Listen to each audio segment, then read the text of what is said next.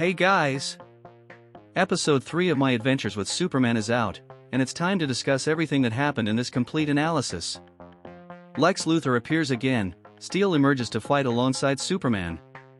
Stay until the end of the video, as the episode is full of references and Easter eggs. Welcome to Comic Chronicles. The second season of my adventures with Superman is really cool, and here on the channel you can already find the analysis video for episodes 1 and 2. Click on the card on your screen if you haven't watched it yet. The episode begins with a building on fire, with a man trapped inside.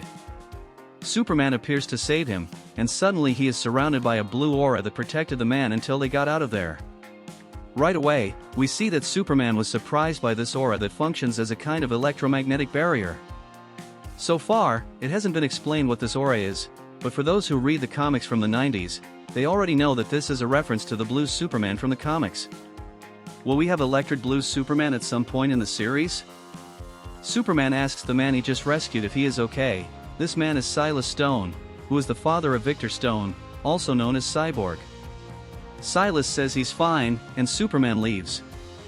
Soon after, Livewire appears to intimidate Silas, and we find out that she is responsible for the fire. Livewire threatens to attack Silas' 9 or 10-year-old son, so Silas deletes a video from his phone, and she leaves.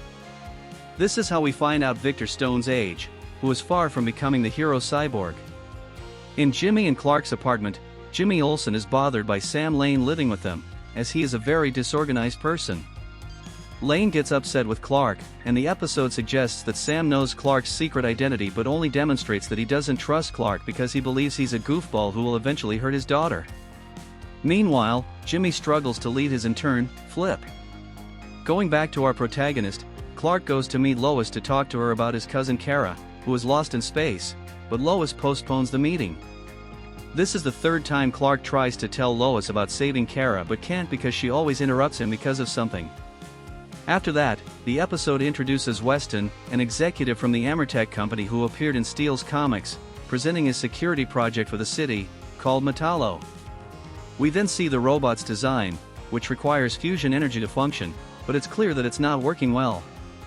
Lois Lane is there to ask Weston questions, but another reporter present is Vicky Vale, and a rivalry between the two begins to get the scoop for their respective papers. This rivalry will last until the end of the episode, which turns out to be quite funny, with both of them competing to see who can write the story for the newspaper first. The episode then moves to the Daily Planet, where Clark is struggling to find a topic for his article, when Jimmy interrupts him showing an anonymous message indicating that Amertech is hiding something.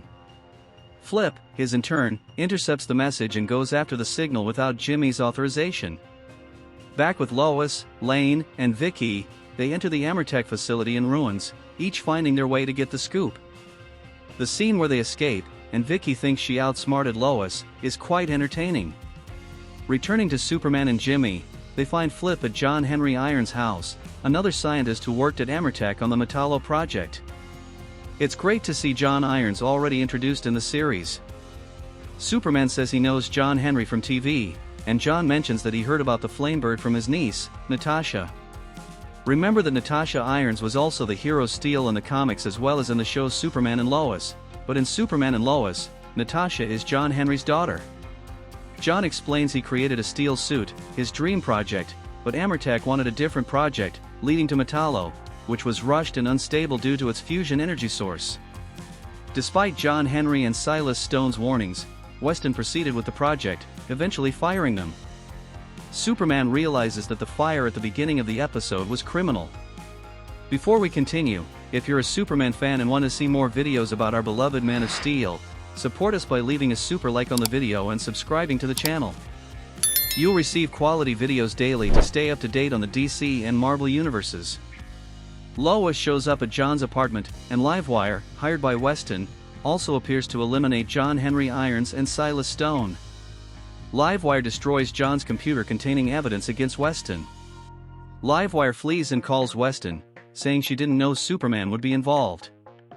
Weston activates the plant, which John Henry sees. Along with Superman, they rush there to shut it down. Upon arrival, Superman has to face the Metallo robots. John Henry dons his steel suit and becomes the hero Steel. John helps Superman in the battle to deactivate the plant as soon as possible.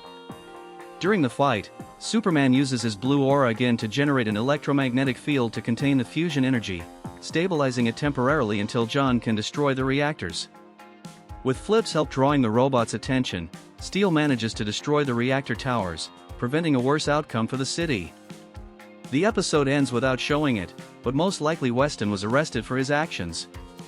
Jimmy talks to John Henry about his struggles leading his intern and realizes that being a boss isn't just about giving orders, it's about empowering others to shine. Lois and Vicky's rivalry concludes when Lois beats her by breaking the story first, surprising Vicky and offering her a card from the Gotham Gazette and an invitation to become a reporter there. After these events, Clark finds his inspiration and writes about John Henry's heroic act of working with Superman to save the city. The episode ends with Lex Luthor appearing at Amertech, telling John he is the new owner and that all the Metallo robots in Steel's suit now belong to him. Lex orders John to hand over the suit, and we see Lex looking at the Metallo robots as Amanda Waller also makes an appearance. This episode was quite fun, leaving several clues about what we can expect in this season, such as a possible temporary rift between Lois and Clark, as she refuses to listen to him when he wants to talk about his Kryptonian family and find Kara. There's also the invitation she received to join the Gotham Gazette, potentially leading to her move to Gotham City. It's likely to happen but will probably be temporary. Another possibility is the appearance of other DC heroes. In the first season, the creative team wanted to use Lex Luthor but didn't have permission, so they created the character Alexander. Only in the second season did they get authorization to include Lex, confirming that Alexander is Lex Luthor. Could this also happen with other DC heroes? I don't agree with Warner's embargo on characters appearing in multiple adaptations simultaneously, restricting their use. Regarding the inclusion of other DC heroes, it's not a bad idea as long as the Superman core remains well developed before incorporating other heroes, similar to how it was done in the animated series The Batman, which introduced the Justice League in the final seasons. I really appreciate how the three main characters in the animation interact, with none of them being sidelined, showcasing the strong writing. It was great to see Superman and Steel fighting side by side, reminiscent of Superman and Lois, a pairing that often occurred in the series.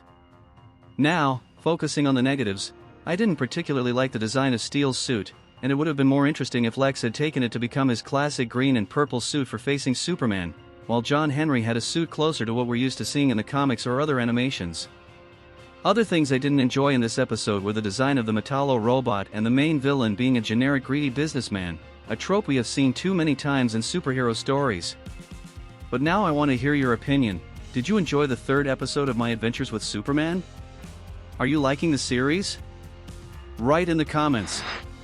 Leave a like if you enjoyed the video, subscribe to the channel, and turn on notifications. Whenever a new episode of My Adventures with Superman comes out, we'll bring you a detailed and thorough analysis, so make sure to stay tuned by subscribing to the channel. Thank you very much, and see you in the next video.